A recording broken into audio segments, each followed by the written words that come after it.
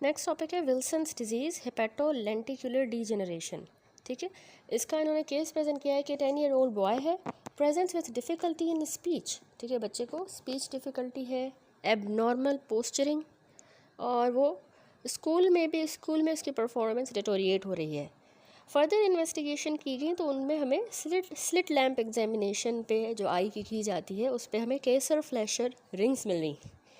Investigations की गई serology, hepatitis B virus, C virus और डी वायरस, ये सब नेगेटिव मिले।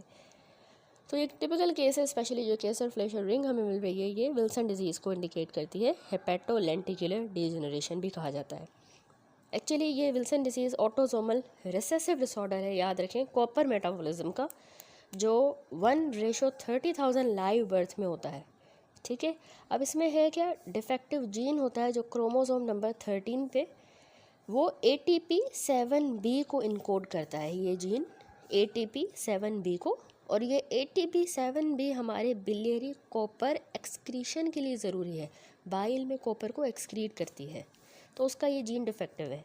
अच्छा, विल्सन डिजीज़ हम सब उन बच्चों में कंसीडर करते हैं जो 3 साल से बड़ी उम्र के एज के हैं, साथ में उनको एविडेंस है लिवर डिजीज़ का या न्यूरोलॉजिकल साइंस हो रहे हैं इन ओल्डर चिल्ड्रन। 9 से 10 साल के दरमियान का अगर कोई बच्चा है, ओल्डर चिल्ड्रन है, और उसमें अगर न्यूरोलॉजिक साइन हो रहे हैं, उनमें हम विल्सन डिजीज़ को डिफरेंशियल में कंसीडर करते हैं। या फिर अगर 3 साल से बड़ी उम्र का बच्चा है, उसको लिवर डिजीज़ का एविडेंस है, तो उसमें भी। ठीक है, अच्छा, इसके अलावा याद रखिए इसमें गर्ल्स 3 गुना ज़्यादा प्रोन होती हैं टू हैव लिवर डिजीज़। ठीक है, विल्सन डिजीज़ में फैमिली हिस्ट्री भी इसमें प्रेजेंट होती है। कॉपर का मेटाबॉलिज्म का एरर है, फैमिली हिस्ट्री होगी इसकी। इसमें जो है कॉपर क्या करता है कि एक्यूमुलेट करता है progressively in the liver, basal ganglia of the brain. Liver में भी एक्यूमुलेट करेगा, बेसल गैंग्लिया में, ब्रेन में। ठीक है, ब्रेन के बेसल गैंग्लिया में। डेसिमेंट मेम्ब्रेन जो कॉर्निया की है उसमें आपने याद रखना है, किडनीज में और बोन में ये कॉपर एक्यूमुलेट करेगा। ठीक है, क्योंकि वो एक्सक्रीट नहीं हो पा रहा। अब जो इसकी वजह से ऑर्गन डैमेज होगा ना कॉपर के टॉक्सिसिटी की वजह से, तो वो एक्चुअली एक्यूमुलेटेड कॉपर क्या कर रहा है, ऑक्सीडेंट डैमेज करेगा ऑर्गन्स को, यानी फ्री रेडिकल डैमेज करवाएगा जहाँ जहाँ पे ये एक्यूमुलेट हुआ है। अच्छा, लेवल जो है कॉपर बाइंडिंग प्रोटीन के, जो कॉपर को बाइंड करती है, सेल्यूलोप्लाज्मिन, वो हमें 85 to 90% लोगों में इसके लेवल्स लो मिलते हैं। कॉपर बाइंडिंग प्रोटीन के सेल्यूलोप्लाज्मिन के लेवल याद रखें इसमें लो होंगे। क्लिनिकल फाइंडिंग्स क्या है बच्चे में जिसको विल्सन डिजीज़ है। पहला जो प्राइमरी मोड ऑफ प्रेजेंटेशन होता है ना बच्चों में विल्सन डिजीज़ का, पीडियाट्रिक पेशेंट्स में, वो है कि उनको लिवर डिजीज़ होती है। ठीक है, अब ये लिवर डिजीज़ क्लिनिकली कैसे एविडेंट होती है, before the 5 years of age, 5 साल की उम्र से पहले ही एविडेंट हो जाएगी उनको ना। एक्चुअली प्रेजेंटेशन में अक्यूट हेपाटाइटिस के एपिसोड्स हो सकता है, फल्मिनेंट हेपाटाइटिस हो सकती है, क्रोनिक हेपाटाइटिस या सिरोसिस भी हो सकती है। तो पहली प्रेजेंटेशन होती ही पीडियाट्रिक में लिवर डिजीज़ है। फिर जो इसमें विल्सन में न्यूरोलॉजिकल, अच्छा, विल्सन डिजीज़ की क्लिनिकल फाइंडिंग में हमने कहा सबसे पहले सिम्टम होता है लिवर डिजीज़ बच्चों में, स्पेशली 5 साल की उम्र से पहले उनको या chronic hepatitis, cirrhosis, fulminant hepatitis, acute hepatitis, किसी भी फॉर्म की लिवर डिजीज़ में की तरह ये विल्सन डिजीज़ पहले प्रेजेंट करती है। फिर जो इसमें जो न्यूरोलॉजिकल सिम्टम हो रहे हैं उसमें बच्चे को जो है स्कूल परफॉर्मेंस उसकी डिटोरिएट होगी, बिहेवियरल चेंजेस होंगे, ड्रूलिंग, ठीक है, स्लाइवा जो है ड्रूल करेगा, abnormal posturing, loss of normal speech यानी डिसआर्थरिया होगा, नॉर्मल स्पीच नहीं होगी, बच्चे की हैंड राइटिंग भी डिटोरिएट होना शुरू होगी, गेट की एबनॉर्मलिटी, चलने फिरने की, और बाद में उसको फिट्स भी होना शुरू होंगे। तो ये इसमें मोस्ट इम्पॉर्टेंट जो है न्यूरोलॉजिकल सिम्टम्स हैं जो कि हमें इसमें मिलते हैं लिवर डिजीज़ के बच्चे में। ठीक है, बहुत सारी थी ये फाइंडिंग्स जो आपने थोड़ी सी याद रखनी है कि इसकी स्कूल परफॉर्मेंस डिटोरिएट हो रही है, बिहेवियरल चेंजेस हैं, ड्रूलिंग है, एबनॉर्मल पोस्चरिंग है लिम्स की और ट्रंक की, डिस्टोनिक पोस्चरिंग जिसको कहते हैं, loss of speech, dysarthria, gate की एबनॉर्मलिटी, हैंड राइटिंग जो है डिटोरिएट हो रही है, फिर लास्ट में फिट्स पड़ रहे हैं। अच्छा, ये जो बच्चे हैं ना इनमें ये न्यूरोलॉजिकल फाइंडिंग तब होती हैं जब बच्चा 10 साल से उम्र का बड़ा हो जाता है, ठीक है, तब जो है उनको ये न्यूरोलॉजिकल सिम्टम होते हैं, पहले हमेशा लिवर। अच्छा, विल्सन डिजीज़ में हमें कूम्ब नेगेटिव हीमोलाइटिक अनीमिया भी मिलती है, ये भी थोड़ा सा याद रखिएगा, कूम्ब नेगेटिव हीमोलाइटिक अनीमिया।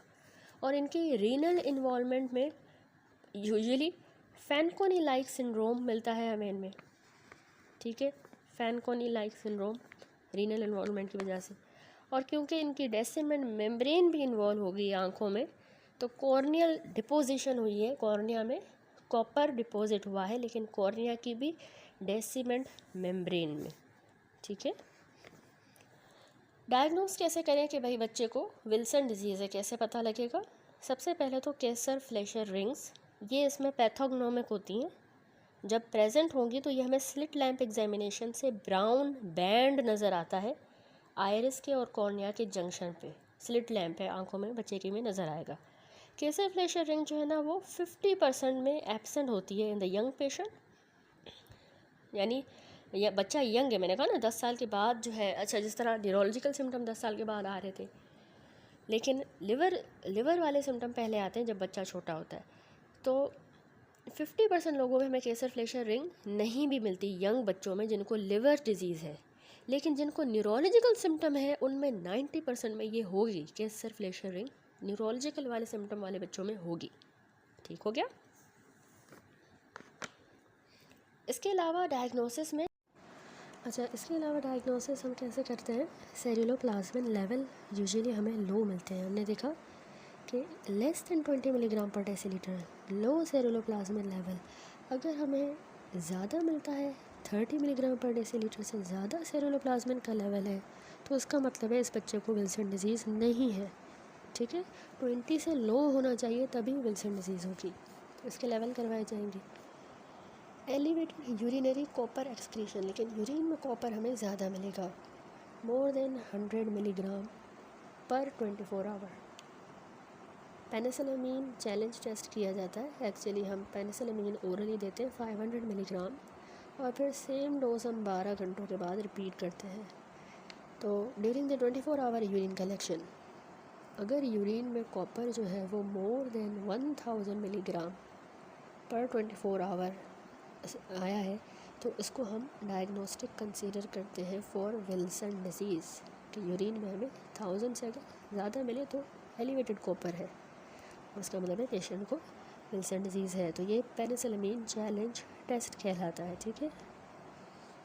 ये मिलीग्राम नहीं है, MCG, 100 में 100 MCG से अगर ज़्यादा हो पर 24 आवर पर डे तो उसको हम विल्सन डिजीज़ कहते हैं। नॉर्मल कितना होना चाहिए, लेस दैन 40 MCG, ठीक है, माइक्रोग्राम पर डे। अच्छा, इसके अलावा क्वांटिफिकेशन ऑफ लिवर कॉपर भी की जाती है लिवर बायोप्सी के ज़रिए। अगर हमें 250 माइक्रोग्राम पर gram dry weight of the liver से ज़्यादा मिल रहा है 250 से लिवर बायोप्सी में कॉपर, तो उसका मतलब है कि इसको विल्सन डिजीज़ है। कूम्ब नेगेटिव हीमोलाइटिक अनीमिया भी इन पेशेंट्स में हमें मिल सकती है। कूम्ब नेगेटिव हीमोलाइटिक अनीमिया फिगर देखिए बना हुआ है 12.7, इसमें MRI ब्रेन स्कैन है जिसमें हमें विल्सन डिजीज़ की डीजेनरेशन नज़र आ रही है।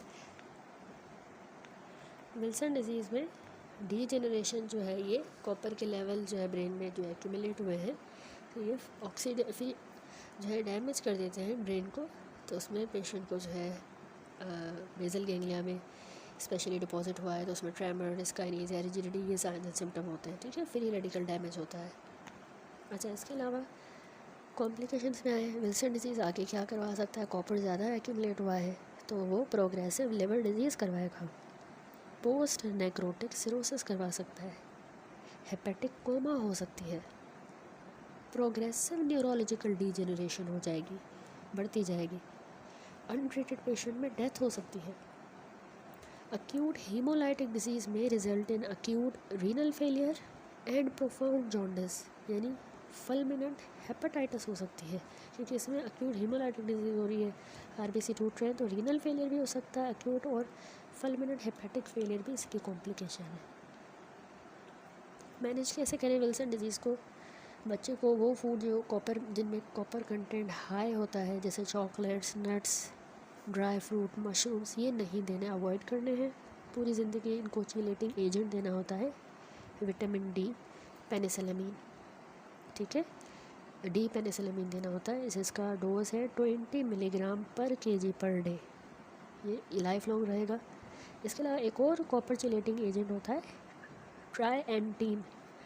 ट्राइएंटीन भी 20 मिलीग्राम पर केजी पर डे यूज़ होता है। Zinc acetate 20 to 50 milligram oral दिया जाता है 3 बार रोज़ाना, तो इसमें डाइट में से कॉपर की अब्जॉर्प्शन कम होगी, जिंक एसीटेट, ठीक है। इसी तरह एक और है विटामिन B6 25 मिलीग्राम, ये हम मल्टीविटामिन B6 देते हैं ताकि इसमें ऑप्टिक न्यूराइटिस ना हो, क्योंकि जो हम पेनिसिलिन दे रहे हैं उसकी वजह से बच्चे को ऑप्टिक न्यूराइटिस ना हो, उसके लिए विटामिन B6 देना है रोज़ाना 25 मिलीग्राम। सिरोसिस अगर हो गई है विल्सन डिजीज़ में तो हमें लिवर ट्रांसप्लांटेशन ही करना होगा। इसके बहन भाइयों की भी स्क्रीनिंग और ट्रीटमेंट करना बहुत ज़रूरी है, ठीक है। लास्ट में प्रोग्नोसिस है, एक्सीलेंट प्रोग्नोसिस है अगर अर्ली ट्रीटमेंट किया जाए विल्सन डिजीज़ का। अनट्रीटेड विल्सन डिजीज़ में पुअर प्रोग्नोसिस होती है। अगर फुलमिनेंट हेपेटाइटिस हो गई है तो भी पुअर प्रोग्नोसिस है। इसमें न्यूरोलॉजिकल डैमेज भी परमानेंट होता है। सारे बहन भाइयों को भी हमें इमीडिएटली स्क्रीन करना होगा। होमोजाइगोट जो सिबलिंग हैं उनको हम कॉपर चिलेशन के साथ ट्रीट करते हैं या जिंक एसीटेट थेरेपी देते हैं। इवन अगर वो एसिम्प्टोमेटिक भी है तो भी हमें उनको डाइट में जिंक एसीटेट देना होगा 20 to 50 milligram orally 3 time daily, ताकि कॉपर अब्जॉर्ब ही ना हो। और दूसरा कॉपर की चिलेशन या ट्राइएंटीन देंगे या पेनिसिलिन डी देंगे, ठीक है। दैट्स इट, यहाँ पे टॉपिक कंप्लीट होता है विल्सन डिजीज़।